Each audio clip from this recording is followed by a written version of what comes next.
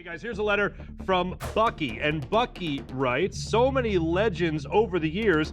Who do you guys think is the most underrated legend in sports history?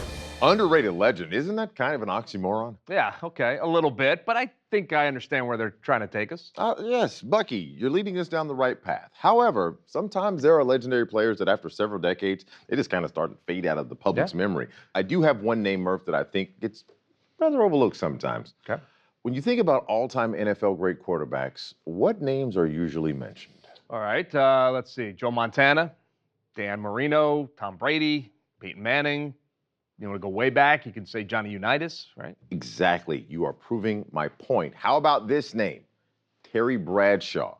He only led the Steelers to 4 Super Bowls in 6 years and was a 2-time Super Bowl MVP. Yeah, you're right. Bradshaw was great. I agree. Well, whether he's recognized or not, he's got 4 rings, and you can never take that away from him. And it's the greatest thrill. I'm very proud of that, and I'll have it, and I'll take it with me forever, even when I'm in the grave. There's the guy that won 4 Super Bowls, right? That's it, on the tombstone. It'll be there. They won't say anything else. They'll just say 4 Super Bowls, and I'm going to put that in my will, so it'll make my wife. How about you, Murph? Are there any overlooked legends that you can think of? All right, I've got one that I thought about recently. How about the great baseball slugger, Harmon Killebrew?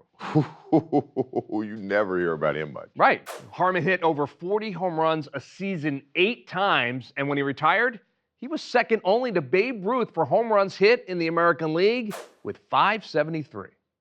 I wasn't a huge guy, Reggie. I was built pretty good, I guess, but not an extremely large guy like a Frank Howard, 6'8", 300 pounds. But I think the most important thing in hitting the long ball, I think bat speed is probably the most important thing in hitting the ball out of the ballpark. And he was known for hitting some monster shots. At Minnesota, he once hit one that was measured at 520 feet. Can you imagine?